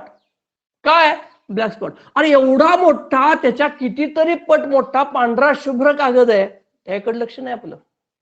आपलं लक्ष कुठं आहे, या ब्लॅक पॉइंट कडे आहे. लक्षात येते का, बघा. म्हणजे प्रत्येक गोष्टीकडे बघताना एक अँगल असतो. जसं पिवळ्या चष्म्यातनं पाहिलं पिवळं जग दिसेल, तांबड्यातनं पाहिलं तांबडं दिसेल. आपण कोणता चष्मा, तर आपण फिजिक्सचा चष्मा घालूनच फिजिक्सचा क्वेश्चन पेपर सोडवला पाहिजे. आता फिजिक्सचा चष्मा कुठं मिळतो, माझ्याकडे मिळेल काही दिवसानं. फिजिक्सचा चष्मा घातला की फिजिक्सचे सगळे प्रश्न तुम्हाला सोडता येतात. आता तो चष्मा कसा तयार करायचा तुम्ही नंतर सांगा. आणि या व्यवहारात बघताना आपल्या बऱ्याचशा गोष्टी आपल्याला शिकायला मिळतात. सूर्य कोणीकडे उगवतो? पूर्वेला. मावळतो पश्चिमेला. मी आता म्हणतो सूर्य उगवण्यापूर्वी उगवताना दिसतो, सूर्य मावळल्यानंतर मावळताना दिसतो. बरोबर आहे का? बघा, आतापर्यंत सूर्य किती वेळा उगवला, किती वेळा मावळला, सनसेट सनराईज प्रत्येकाने बघितलेले आहेत. बरोबर आहे का? Actual sunset, actual sunrise, sun rises before actual sunrise and sunset after actual sunset. म्हणजे काय? सूर्य उगवण्यापूर्वी उगवताना दिसतो, मावळल्यानंतर मावळताना दिसतो. कोणाला माहिती आहे याचं उत्तर? कोण सांगू शकतं? एकच शब्द फिजिक्स मधला. बघा, उद्या सांगा मला, विचार करा. आज उगवताना तो लाल मोठा दिसतो, वर आल्यानंतर छोटा दिसतोय. असं का दिसतंय? इंद्रधनुष्य का दिसतं? त्याच्यामधली कलरची सिक्वेन्स, झाडाच्या पानाचा रंग हिरवाच काय? आकाशाचा रंग निळाच काय? समुद्राचं पाणी निळं का दिसतंय? अहो, या प्रत्येका पाठीमागे शास्त्र आहे, प्रत्येकाच्या पाठीमागे फिजिक्स आहे. आणि हे फिजिक्स आपल्या लक्षात आलं पाहिजे. आणि हे शिकायचंय. वेगळं काय शिकायचंय?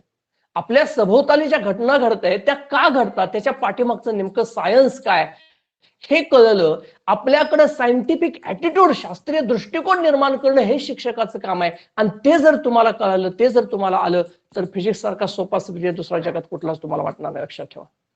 आणि काय आपल्याला रोज जे लागतं, रोज आपण जी ऍक्टिव्हिटी करतो त्याच्या पाठीमागचं सायन्स आपण शोधून काढतोय. आणि त्याचं कुतूहल आपल्याला नसावं का? पाहिजेच ना. आणि ते कुतूहल तुमच्या दिसण्यावर असण्यावर नसते. तुम्हाला माहिती आहे एडिसनने किती प्रयोग केले, कितीतरी प्रयोग केले.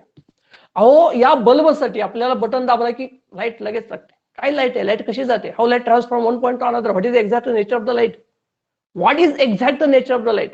लाईट म्हणजे प्रकाशाचा चमत्कार फार मोठा आहे. कितीतरी त्या शिकण्यासारखं. एक मी परवा म्हटलं तसं, एक लॉ 1.5 तास नव्हे 2 तास झाली तर एक लॉ संपणार नाही. एवढं एक लॉ आपल्याला एक्सप्लेन करता येईल. न्यूटन्स एक लॉ न्यूटनचा पहिला लॉ 2-2 तास म्हटलं तर आपण शिकू शकतो. त्याच्या पाठीमागचं बेसिक आपल्या लक्षात आलं पाहिजे. एडिसननं 999 प्रयोग फेल केले, मग 1000वा लागला. जर एवढे प्रयोग फेल केले नसते तर सोडून दिलं नाही ना, सोडून द्यायचं नाही. लक्षात घ्या, एमपीएससी युपीएससी करणारे विद्यार्थी एकदा अपयश आले की सोडून देत नाहीत, पुन्हा देणार. ते म्हणतात अपयशी यशाची पहिली पायरी आहे. दुसऱ्यांदा अपयश आले की म्हणतात अपयशी यशाची दुसरी पायरी आहे. तिसऱ्यांदा अपयशी यशाची तिसरी पायरी आहे. एका पायरीला यश हे येतच. तसं खचून जायचं नाही, हरून जायचं नाही. काही गोष्टी, काही आपल्याला फिजिक्स शिकताना काही प्रॉब्लेम आपल्याला अवघड वाटले तर लक्षात घ्या, याच्यातूनही आपण पुढे जायचंय. त्याच्या माठीमागचं तत्व जर तुमच्या प्रिन्सिपल लक्षात आले की तुम्ही हा रेचा इतकं सोपं होतं. असं असते, बऱ्याचशा गोष्टी फार सोप्या असतात पण आपल्याला त्या अवघड वाटतात. मग हे सगळ्यात महत्वाचं आहे. एक प्रश्न आता इथं छानपैकी मला विचारलाय, फिजिक्स हे मेडिकल साठी कसं का उपयोगाचं आहे? बघा, तुमच्याकडून एक प्रश्न आलाय, विषयांतर नाही, खरं तर छानपैकी प्रश्न आलेला आहे. ज्याचा प्रश्न विचारलाय त्याचं मी नंतर कौतुक करेन. पण बऱ्याच जणांना हा प्रश्न पडलेला असतो, हे मेडिकल जायचंय, डॉक्टर व्हायचंय, मग फिजिक्सची काय गरज आहे? अरे, इथून पुढच्या युगात तर फिजिक्स ज्याचं चांगलं असेल ना तोच खरा डॉक्टर असेल. बघा, माझं स्टेटमेंट नीट लक्षात ठेवा. ज्याचा फिजिक्स सब्जेक्ट चांगला आहे ना तोच खरा डॉक्टर आहे. बघा ना, मेडिकल क्षेत्रामध्ये कशा पद्धतीने आता परिवर्तन झाले. हे परिवर्तन फार महत्वाचं आहे. क्षणे जगात परिवर्तनशील. जगामध्ये क्षणाक्षणाला बदल घडतोय. किंबहुना बदल हा निसर्गाचा एक हे निसर्गामध्ये बदल हा सततच आहे, एक अविभाज्य अंग आहे. बदल सतत, रोज बदल चालू आहे. आणि मग हे परिवर्तन जर आपण मेडिकल क्षेत्रात पाहिलं तर तुमच्या लक्षात येईल, पूर्वी सर्जरी कशा होत होत्या. एक साधं उदाहरण सांगतो.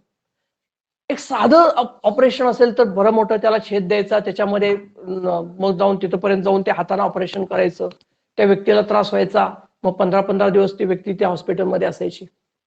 आता त्यानंतर लॅप्रोस्कोपी आलं, मायक्रोस्कोपी आलं, आता तर रोबोट हँड आले. रोबोट हँड, ब्लडलेस सर्जरी, त्याचं नाव काय? Bloodless surgery. आता डोळ्यांची जी बारीक ऑपरेशन असतात, तुम्ही बघा, मोतीबिंदू एकाचे ऑपरेशन बघा कसे असतात. आपण तुम्ही टीव्हीला बघता बाहेर, बघा 100%. अहो, इथं तुम्हाला रोबोटिक हँड वापरायचे आहेत. अगदी पूर्वी ते पडदे जे आहेत मोठा त्याच्यावर जास्त छेद घेऊन आता फोल्डिंगचे असतात लेन्स, फोल्ड करायची लेन्स आत घ्यायची परत काय करायची ओपन करायची. आणि हा प्रत्येक ठिकाणी इथं जे काय आता नवीन नवीन इन्स्ट्रुमेंट आहेत मेडिकल क्षेत्रामध्ये ती सगळी फिजिक्सच्या बेसचे आहेत. लक्षात सगळ्यात फिजिक्सच आहे. आणि जेवढी ऍडव्हान्स टेक्नॉलॉजी म्हणजे एक्सरे असेल काही असेल लक्षात घ्या. आता हे करताना जर त्यात ती मशीन हाताळण्याचं नॉलेज जर तुम्हाला आलं नाही काय करणार आहे. लक्षात घ्या. छेद घ्यायचा. छेद किती घ्यायचा तुम्हाला नॅनोमीटर मध्ये घ्यायचा. तुम्हाला सांगितलं 5 नॅनोमीटरचा छेद घ्या. याला नॅनोमीटर म्हणजे काय तेच कळत नाही. लक्षात येतंय. 5 नॅनोमीटरचा छेद.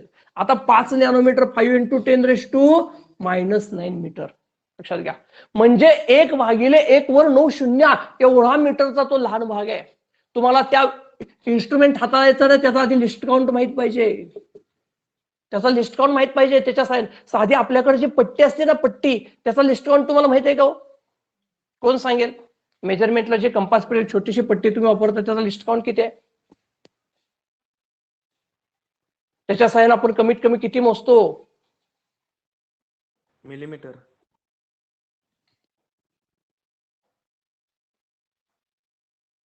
बघा कोणी म्हणते 15 सेंटीमीटर, कोण म्हणते 1 सेंटीमीटर, कोण 1 मिलीमीटर. अहो 15 सेंटीमीटर हे जास्तीत जास्त झालं. त्याच्यामध्ये 1 सेंटीमीटर 10 भाग केलेत म्हणजे तो एक भाग म्हणजे 1 मिलीमीटरचा आहे. 1 मिलीमीटर हा त्याचा लिस्ट काउंट आहे. आपलं घड्याळ आहे त्याचा लिस्ट काउंट किती 1 सेकंद आहे. पण हेच घड्याळ जर तो ऑलिम्पिकला नेलं तर चालेल का? स्पर्धेच्या परीक्षेमध्ये पळण्याच्या स्पर्धेमध्ये चालेल का? नाही ना चालणार. त्याला micro second, nano second, pico second. लक्षात घ्या. एवढे छोटे छोटे त्याचे भाग फ्रॅक्शन केले. हे फ्रॅक्शन म्हणजे काही तर फार मोठं कळणार. फ्रॅक्शन रेट ऑफ चेंज हाही कळला पाहिजे. Change in that quantity divided by original quantity, percentage change. आणि हा पर्सेंटेज चेंज हा डॉक्टरला कसा कळणार? हा फार महत्वाचा आहे. तुमच्या शरीराचं सगळं फिजिक्स, तुमच्या शरीरामध्ये ब्लड चाललंय, ब्लड ते किती रेटनं चाललंय, किती त्याचं किती रेट असल्यानंतर ते स्टेडी फ्लो मध्ये असेल. त्याचा जर रेट वाढला त्याचा तर ते कसं टर्ब्युलंट फ्लो होईल. त्यावेळेस तुम्हाला ब्लड प्रेशर निर्माण झालं, प्रेशर वाढलं. प्रेशर म्हणजे काय लक्षात घ्या. रेनॉल्ड नंबर त्याचा किती आहे हे सगळं फिजिक्स आहे. हे सगळं फिजिक्स आहे तुमचं. आणि हे फिजिक्स ज्याला कळणार तोच खरा डॉक्टर आहे.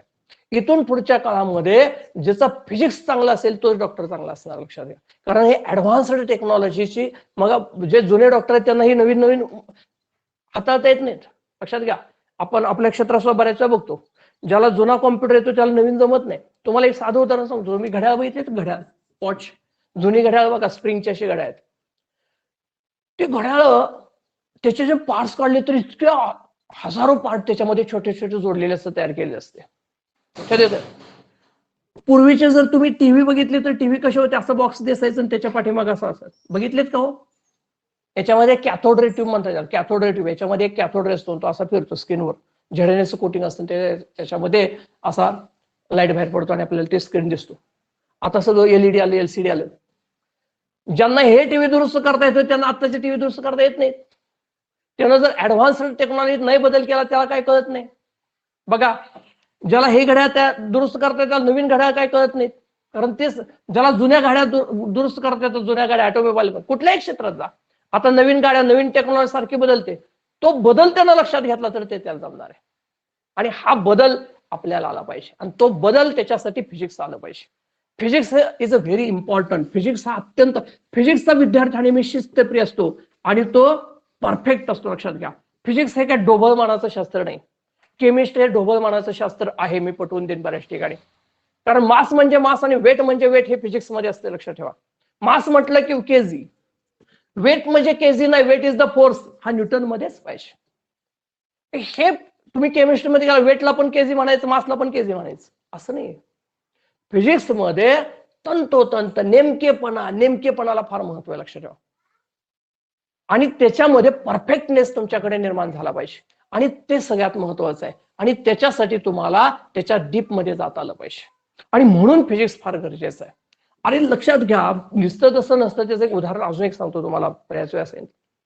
आपण एक छोटासा मुलगा, एक छोटीशी गाडी आहे. अर्थात हे परत शिकवताना मी तुम्हाला सांगेनच. त्याला एक दोरी बांधलेली हा मुलगा आहे आणि ती गाडी ओढतोय. त्यानं दोरी पुढे ओढली, गाडी पुढे जाते, दोरी पुढे ओढली, गाडी पुढे जाते. दोरी ओढते म्हणजे काय करतोय? फिजिक्सच्या भाषेत सांगा. दोरी ओढतोय म्हणजे काय करतोय? गाडी दिसते, दोरी दिसते, मुलगा दिसतो. छान, त्यानं फोर्स अप्लाय केलाय. बेस्ट, बरेच जण उत्तर दिलं, मस्त पैकी कळते तुम्हाला. फिजिक्सचे विद्यार्थी आहात तुम्ही निश्चितपणे. त्यानं फोर्स लावलाय, फोर्स या दिशेने फोर्स लावला. मग गाडी का थांबते? फोर्सने थांबवला, बरोबर आहे. म्हणजे गाडीला पुढं गतीमध्ये ठेवण्यासाठी फोर्स म्हणजे बलाची गरज आहे का? उत्तर द्या मला, येस किंवा नो.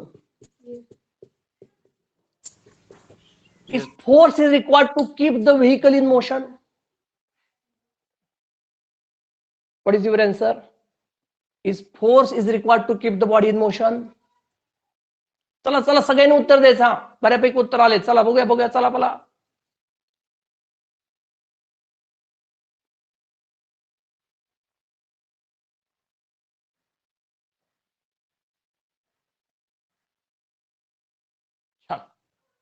एवढ्या वेळा जवळजवळ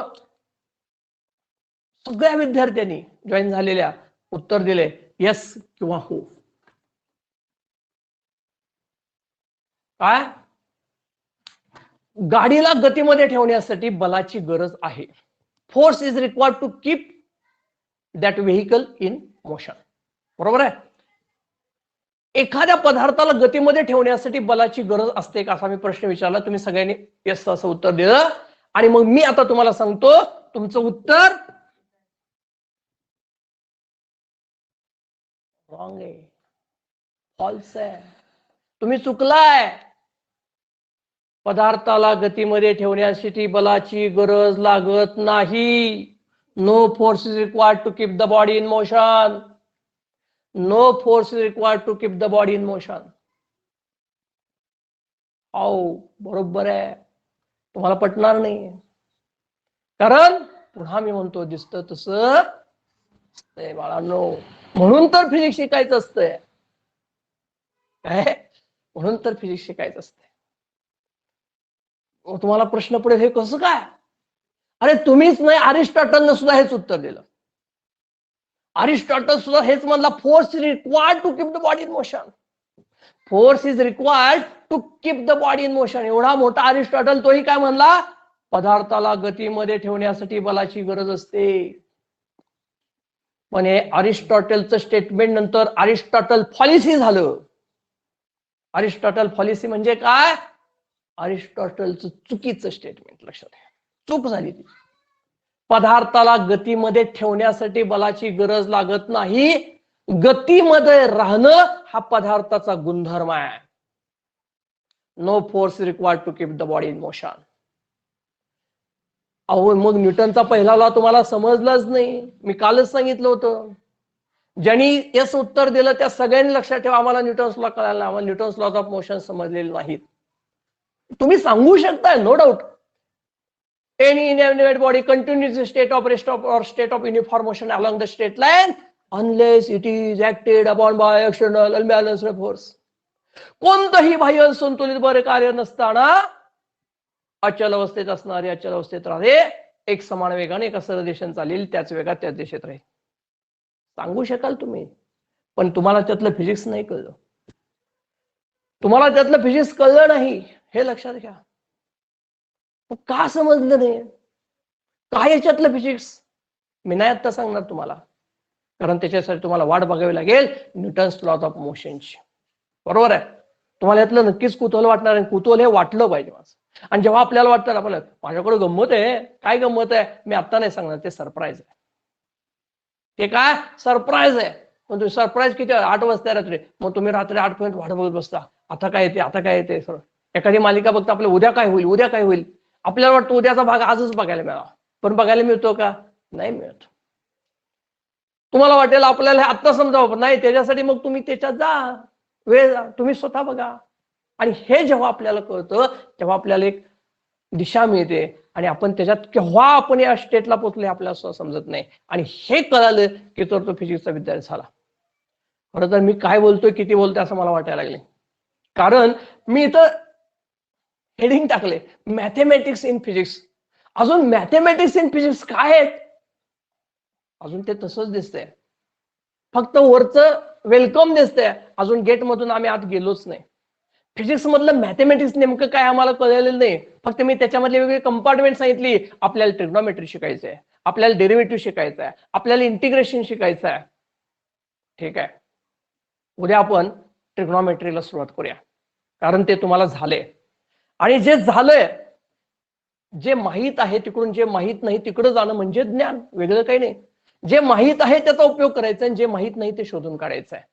मग आपल्याला ही ट्रिग्नॉमेट्री पुढे कशी यूज करायची, कशा पद्धतीने, त्याच्या काय ट्रिक्स असतील, काय काय लक्षात ठेवायचं, कोणकोणते टेबल्स आहेत. खरं तर तुम्हाला हे सगळं बऱ्यापैकी काय काय झालेलं आहे. उद्या येताना 100% सगळ्यांनी बघून या, म्हणजे मी विचारलेले प्रश्न तुम्ही पटपट देऊ शकणार आहे. मी असे सारखे प्रश्न विचारणार आहे, तुम्ही सारखे उत्तर देणार आहेत. पण आज उत्तर जशी दिली तशी देऊ नका, कारण आज जी उत्तर दिली ती बऱ्याच जणांची चुकली मग सगळ्यांची. कारण कारण त्याच्यामध्ये तुम्ही तर्कशास्त्र वापरलं, फिजिक्स नाही वापरलं. फिजिक्स फार महत्वाचं आहे आणि त्याच्यातलं फिजिक्स आपल्याला समजून घेण्यासाठी आपल्याला कुतूहल, इंटरेस्ट निर्माण झाला पाहिजे. तो इंटरेस्ट निर्माण करून देणं हे शिक्षकाचं काम आहे आणि आम्ही तो निश्चितपणे देऊ तुम्हाला.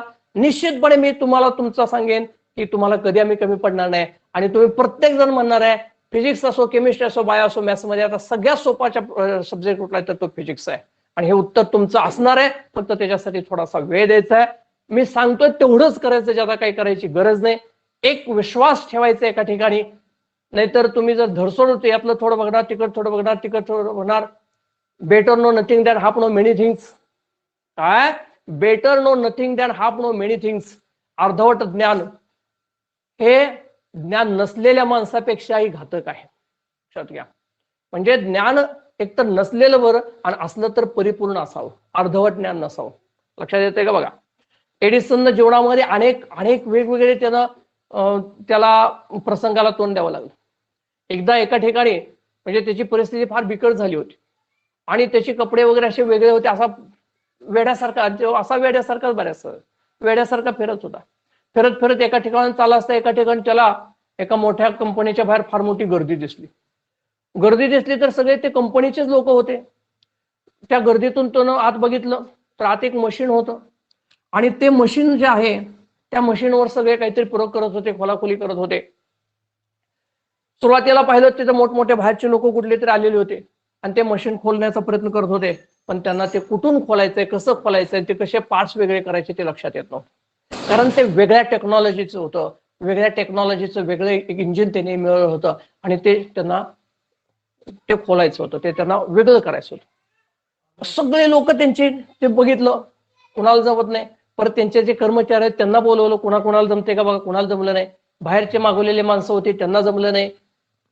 तो जो काय मेन होता कंपनीचा त्यानं इथे सगळे एवढे सायंटिस्ट, सगळे चांगले लोक जमले, कुणालाही ते खोलता येत नाही. आणि कुणालाही खोलता येत नाही म्हणलं, तो एडिसन होता तो नुसता बघत बसला होता तिथं काय चाललंय. आणि हा वेड्यासारखा गवाळ, कसली तरी डर्टी कपडे त्याचे आहेत आणि तो आपला बघतोय काय चाललंय काय चाललंय आणि काही नाही, सगळे हताश झाले. तेव्हा मग तो पुढाला, कॅन आय हेल्प यू, मी बघू का, मला तुम्ही हे बघू देताय का. एकतर त्याला आत कोणी जाऊ देत नाही, एकतर तिथून तिथपर्यंत पोहोचणं मोठ्या मुश्किलीत होतं. तो कसा तरी ढकलत ढकलत आत गेलाय आणि त्याच्याकडे बघितल्यानंतर ह्याला तू तू काय करणार आहेस. हे कसं आहे, बाहेरच्या रंगावरून काही ओळखून चालत नसते, पण बाकीचे सगळे 99% म्हणते चल चल तू काय करणार, चल बाजूला. पण तो जो मालक होता कंपनीचा त्याला ते खोलायचं होतं आणि त्याला माहित आहे शेवटी टॅलेंट कोणाकडे, ज्या अर्थी तो म्हणतोय त्या त्याला यातलं येत असा. वरच्या बाह्य रंगावर जाऊन काय उपयोग नाही, अंतरंग महत्वाचा आहे. त्यानं बोलवलं, बघ बरं तू काय करू दे म्हणले त्याला. आणि त्या 2 मिनिटांमध्ये ते सगळं वेगळं करून दाखवलं, कारण त्याच्यातलं टेक्निक त्याच्या लक्षात आलं होतं. तो पाहत असताना त्यानं ते समजून घेतलं होतं कोणता स्क्रू आधी काढला पाहिजे, कुठला पार्ट आधी काढला पाहिजे. असं हे त्याच्यामधलं अंतरंग फार महत्वाचं असतं. अंतरंग जर कळायचं असेल, अजून एक साधा दृष्टांत तुम्हाला सांगतो. एक फुगेवाला आणि त्याच्याकडे सगळ्या कलरचे फुगे आहेत, सगळ्या रंगाचे फुगे आहेत, काळा आहे, पिवळा आहे, हिरवा आहे, निळा आहे, पिवळा आहे, सगळ्या रंगाचे फुगे त्याच्याकडे आहेत आणि त्यानं ते विकायला आणलेले आहेत. आणि फुगे घेणार आहे कोण, छोटी मुलं घेणार आहेत फुगे. सगळ्या रंगाचे फुगे जातात पण काळ्या रंगाचे फुगे काही जात नाहीत. एका मुलाकडे पैसे नव्हते आणि पैसे नसल्यामुळे फुगे घ्यायचा त्याच्या मनात विचार पण नव्हता, पण तो फुगेवाल्याकडे पळत आला. फुगेवाल्याला वाटलं याला फुगा घ्यायचा आहे का, काका काका काय, सगळ्या रंगाचे फुगे त्यानं बघितलं मुलं घेत आहेत, पण काळ्या रंगाचे फुगे घेतलेले नाहीत. पण फुगे घेतलेले तर त्याच्यामध्ये हायड्रोजन भरलाय, फुगे घेतलाय की असा उंच सोडा आकाशात जातोय, हवेत जातोय. आणि ते सोडण्यात मजा बघतायत, फुगे विकत घेऊन वर सोडण्यात मजा आहे. मग त्यानं विचारला प्रश्न, काका काळ्या रंगाचा फुगा वर जात नाही का हो? त्या फुगेवाल्यानं उत्तर दिलं, अरे फुगा वर जाणं हे त्याच्या रंगावर नसून त्याच्या अंतरंगात काय भरलंय त्याच्यावर अवलंबून आहे. त्याच्यात आत कुठला वायू भरलेला, कुठला गॅस भरलाय त्याच्यावर. अरे कुणाला काळा आवडत नाही म्हणून घेतलेला नाही, पण काळा सुद्धा वर जाणारच आहे. टॉपला जायचंय, तुम्हाला कुठला रंग आहे, तुम्ही कुठले कपडे वापरले, तुम्ही कसं राहताय त्याच्यावर नाहीये बाळानो. तुम्ही अंतरंगात कशा आहात, तुम्ही कशा पद्धतीने अभ्यास केलाय, तुम्ही कशा पद्धतीने डेव्हलप झालाय, तुम्ही कशा पद्धतीने कॉन्सेप्ट क्लिअर केलाय त्याच्यावर अवलंबून आहे. वर जाणं हे बाह्य रंगावर अवलंबून नाही, वर जाणं हे तुमच्या अंतरंगावर अवलंबून आहे. आणि तुमचे अंतरंग सुधारा, तुमच्यात इंटरनल डेव्हलपमेंट करा, बदला, स्वतःला बदला, स्वतःला ओळखा, निश्चितपणे तुम्ही टॉपला जाणार आहे. There is always vacant place at the top. टॉपला तिथे नेहमीच कशा आहे, व्हॅकंट आहे. पण तुम्हाला गर्दीत जायचं असेल तर तुम्हाला व्हॅकंट प्लेस मिळणार नाही, कारण त्याचा ग्रोथचा जो ग्राफ आहे तो ग्राफ असा असतो, ते ट्रायंगल आहे. आणि ट्रायंगलला इथं जर स्पेस फार कमी असते, लक्षात ठेवा. आणि तुम्हाला जर टॉपला जायचं असेल तर तुम्हाला वेगळं काहीतरी स्वतःमध्ये बदललं पाहिजे, घडलं पाहिजे. आणि ते सहजासहजी होत नसतं, त्याच्यासाठी एक टार्गेट घ्यावं लागतं आणि त्याच्यासाठी वेड व्हावं लागतं. शास्त्रज्ञ वेडे झाले म्हणून काहीतरी ते नाही. तुम्हाला माहित असेल, Madame Curie, P Curie, radio ऍक्टिव्हिटीची मटेरियल त्यांनी शोधून काढली.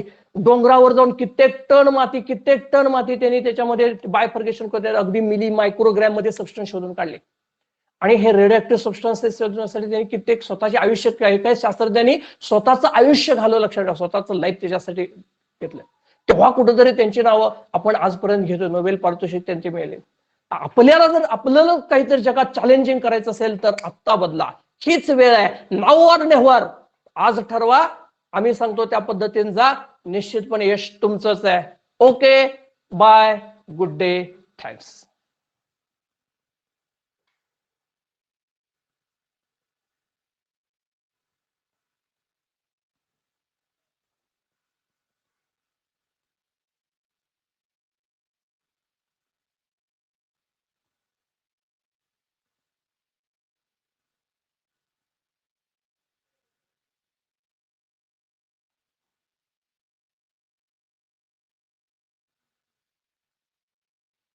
सर